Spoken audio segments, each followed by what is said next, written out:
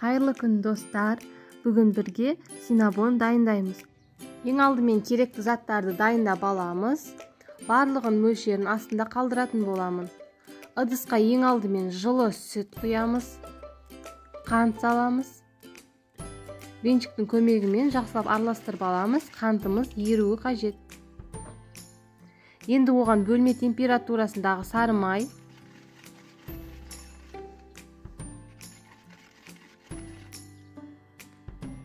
және де бір жұмыртқамызды қосамыз. Енді венчиктің көмегімен жақсылап араластырып алуымыз қажет. Барлық заттар біркелкі араласуы керек. Енді оған ашытқы қосамыз.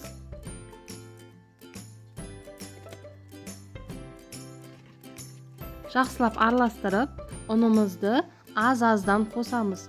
Ұн міндетті түрде електен өткізілген болуы қажет.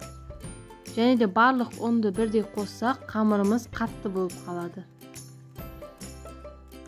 Сондықтан дәл осылай етіп араластырамыз. Басында венчиктің көмегімен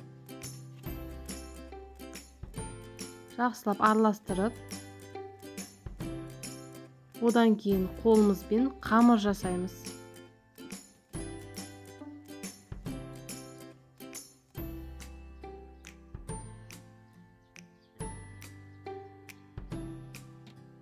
Кәдімгі жұмсақ қамыр жасайтын боламыз.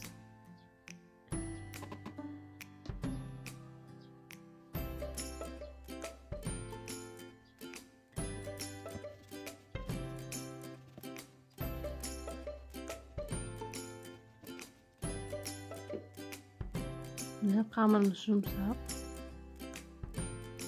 Енді бұны ыдысына салып, бетін жауып, жылы жерге көтерілгенше қойып қоямыз.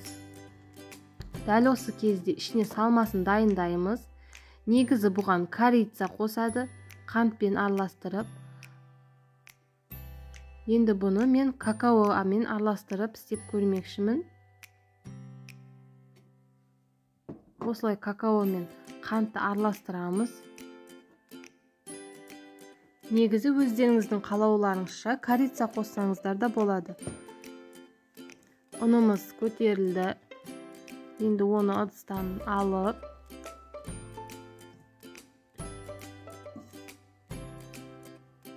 оқтаудың көмегімен жаятын боламыз. Ешқандай ұн себудің қажеті жоқ, бұл жабыспайды. Енді оқтаудың көмегімен жақсылап жайып аламыз.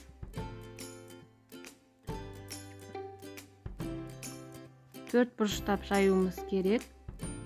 Өйткені орағанда ыңғайлы болады. Дәл осылай етіп жайып аламыз. Қалыңдығы осындай болу керек. Енді бұған бөлме температурасындағы сары майды ішіне жағып шығамыз.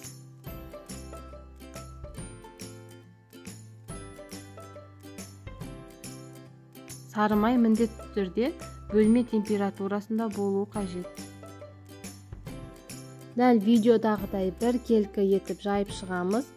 Енді жаңағы дайындаған қант пен какаоны үстіне біркелкі етіп, бұны да сеуіп шығамыз.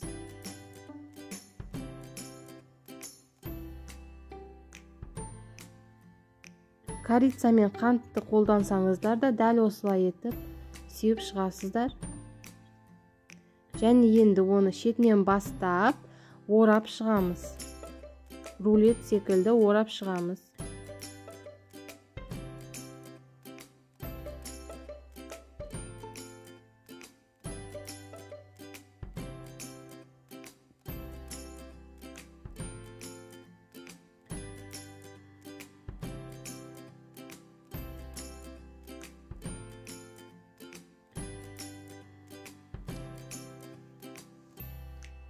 Дәл осылай етіп, соңына дейін орап шығамыз. Енді оны жіптің көмегімен қазір кесетін боламын. Алдымен табамызды осылай дайындап қоямыз. Дәл осы уақытта 180 градуста пешімізді қыздырып қоямыз. Енді дәл осы видеодағыдай етіп жіптің көмегімен қамырды кесеміз. Бұлай кесудің себебі қамырымыз біркелкі әдемі кесіледі. Іші дәл осындай болды. Енді барлығын табаға орналастырамыз.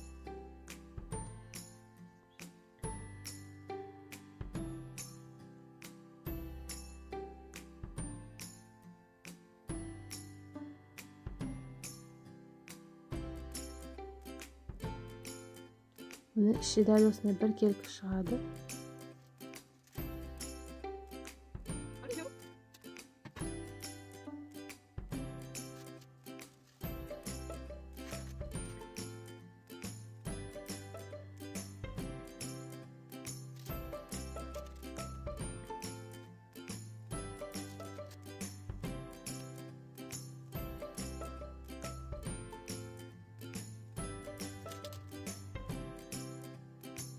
Араларын дәл осылай алшақ орналастырамыз.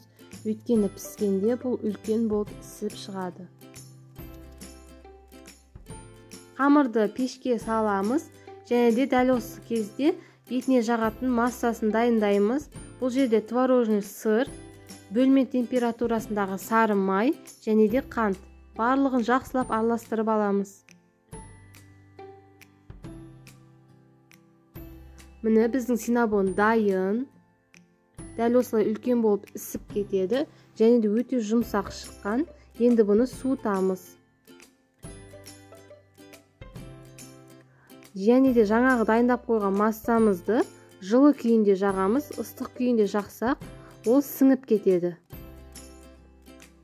Дәл осылай лопатканың көмегімен немесе щетканың көмегімен барлығының бетіне жағып шығамыз.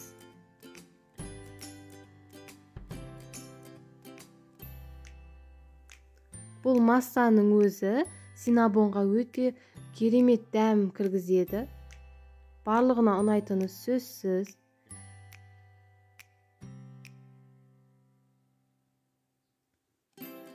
Және де маған подписаться етіп, лайк басуды ұмытпаңыздар. Міндетті түрде жақындарыңызға дайындап беруге кеңес беремін. Барлығына ұнайтыны сөзсіз.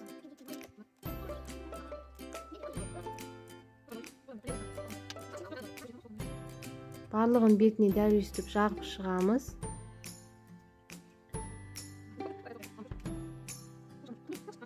Енді бұны суығанша қойып қоямыз. Синабон суыды. Қазір сіздерге алып, ішін көрсетпекшімін. Өте жұмсақ шығады.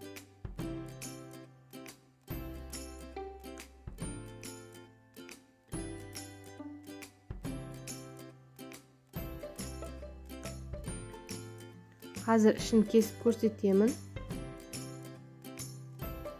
Өте дәмді шыққан. Және де іші ешқандай тығыз болып қалмайды.